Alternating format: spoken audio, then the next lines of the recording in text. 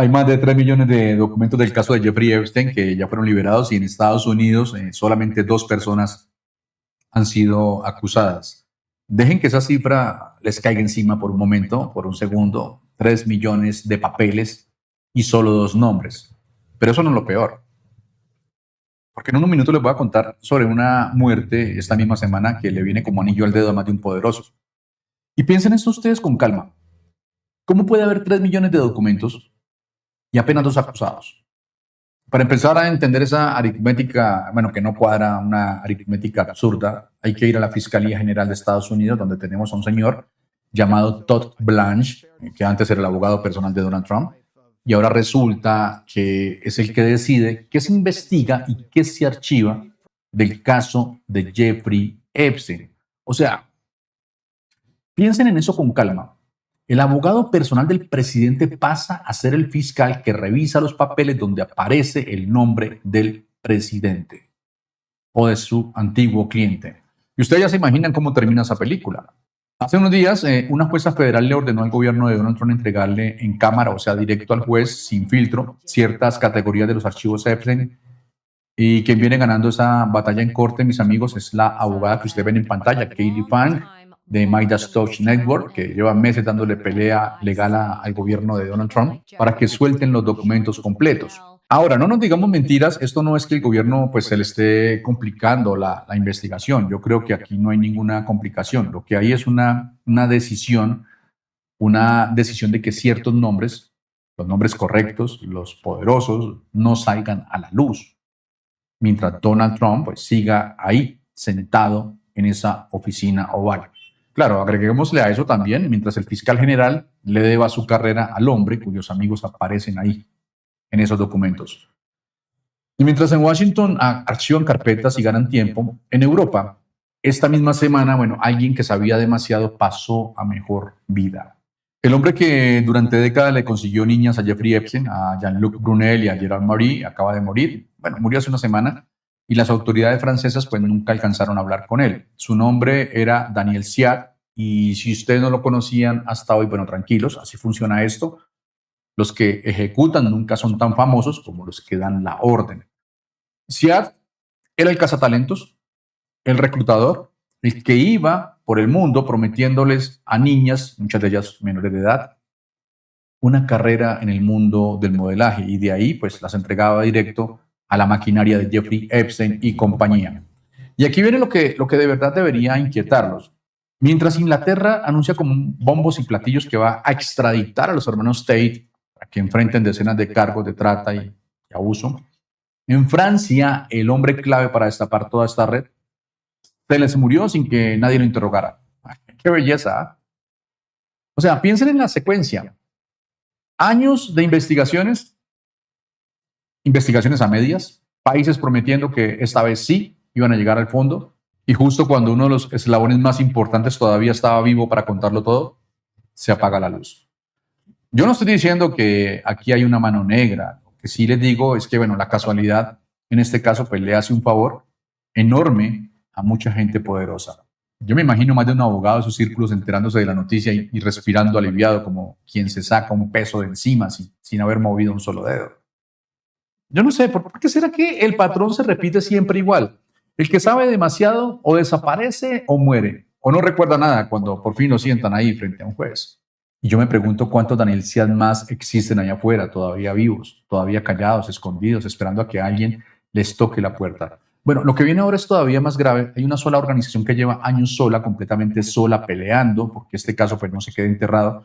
Y lo que sabe esa mujer sobre por qué nadie más quiso acompañarla, bueno, se los tengo que contar. Hay una sola organización que lleva desde el 2019 sola en esta pelea. La organización se llama Innocence in Danger y la fundó en 1999 una mujer llamada Omaira Selier. Fue ella quien en 2019 le escribió al fiscal en Francia diciéndole, hey, investiguen a este hombre, Jeffrey Epstein, porque yo sé que él no dejó sus actividades atrás solo porque cruzó el Atlántico. Y ella tenía razón. Y aquí es donde a mí me toca confesarles algo porque, bueno, la verdad que esto me indigna. ¿Dónde estaban las demás ONG que dicen defender a las mujeres y a los niños? ¿Dónde estaban las voces famosas, esas que se llenan la boca hablando de proteger a las mujeres cuando había que hablar de esto?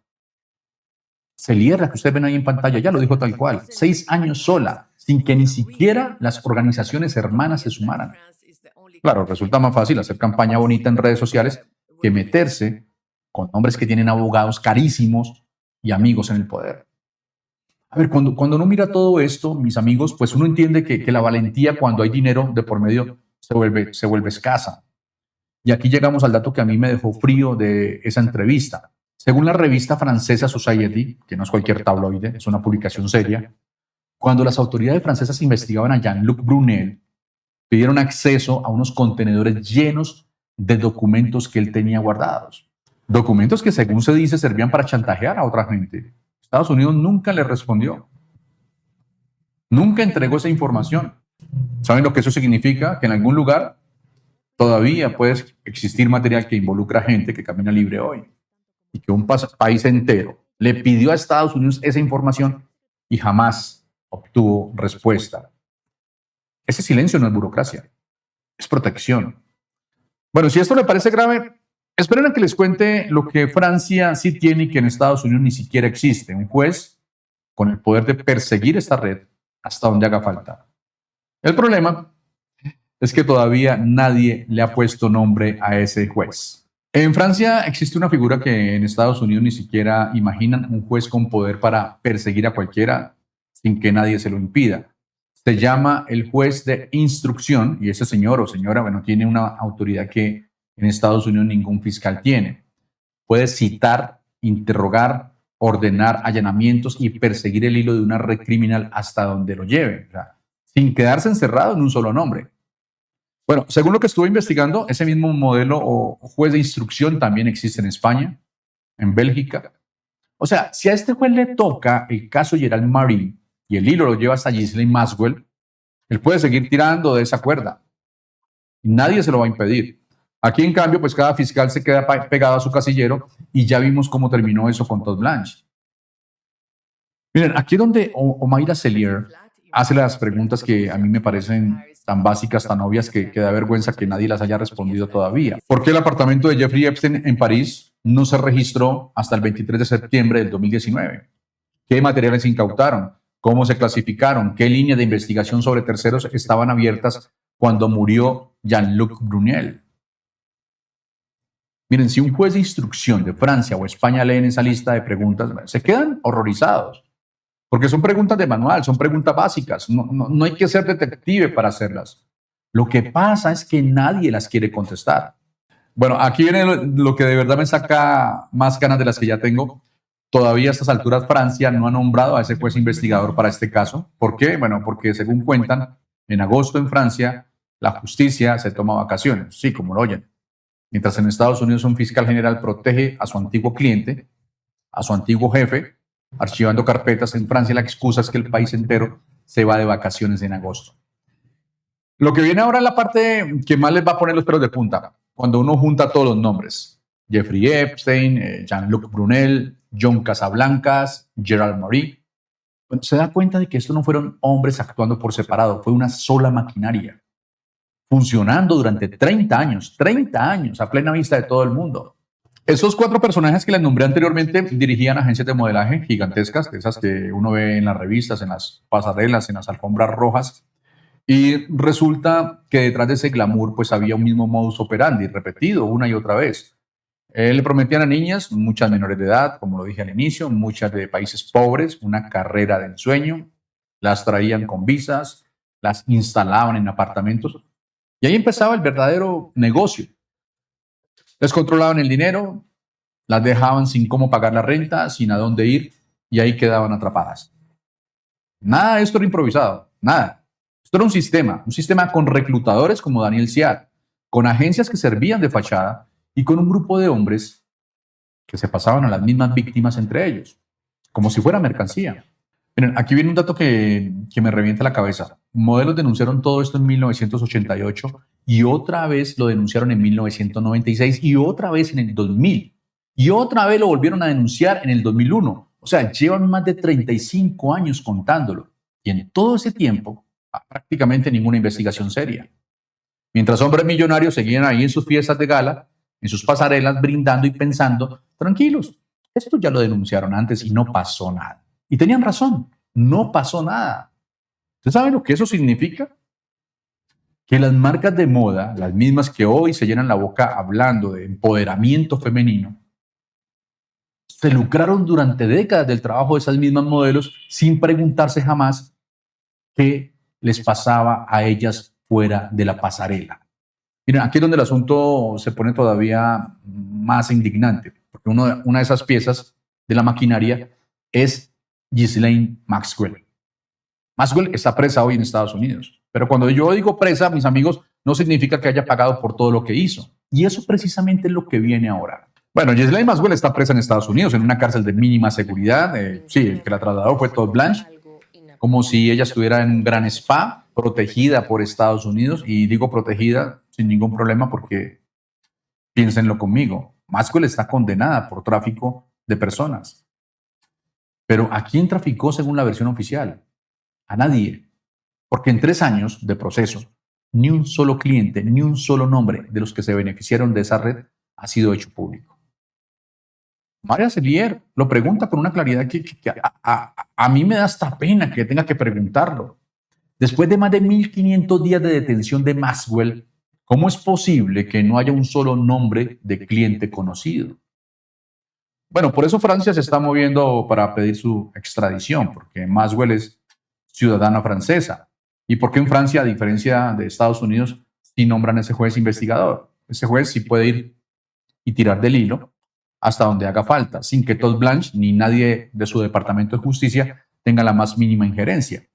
Ahora, ¿ustedes creen que la van a extraditar? Nah, yo no lo veo posible. O más bien, yo no creo que eso vaya a suceder. Les doy el porqué en corto.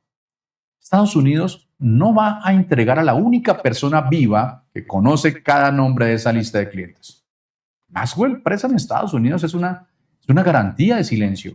Maxwell en un tribunal francés con un juez que sí puede presionarla es una bomba de tiempo. Y esta gente no suelta bombas así de fácil. Aquí hay algo que da, digamos que algo de esperanza en medio de tanta indignación. En 2023 Francia aprobó una ley que llaman de prescripción deslizante. En español sencillo, si una sola víctima todavía puede denunciar dentro del plazo legal, esa denuncia le abre la puerta a todas las demás, que para ellas ya hubieran pasado los años. O sea, mis amigos, la puerta que llevaba 30 años cerrada, ahora tiene una rendija y por esa rendija están empezando a entrar más sobrevivientes. Yo creo que ahí está la clave de todo este episodio. Mientras en Washington un fiscal general le debe lealtad a su antiguo jefe y entierra carpetas, en Europa, lento, tarde, con vacaciones de por medio, pero avanzando. Empiezan a aparecer jueces, leyes y periodistas que sí quieren llegar al fondo de todo este asunto. Bueno, ¿qué pasará primero? ¿Nombrarán a ese juez en Francia o Todd Blanche terminará su mandato sin haber acusado a un solo nombre nuevo? Porque volvamos al principio de este episodio. Dijimos que hay 3 millones de documentos liberados y solamente 2 personas acusadas en Estados Unidos. Esa aritmética, mis amigos, no la va a arreglar Estados Unidos. La va a arreglar el resto del mundo con o sin permiso de Donald Trump. Bueno, cuéntenme ahí en los comentarios, no sé, ustedes qué palabra utilizarían en este video o dejarían ahí en los comentarios. ¿Encubrimiento o incompetencia? O las dos. Mejor nos vemos en el próximo video de La Jugada Política. Recuerden dejar su apoyo si creen que esto valió la pena. Ya saben, un fuerte abrazo y bendiciones para todos ustedes. Hasta pronto.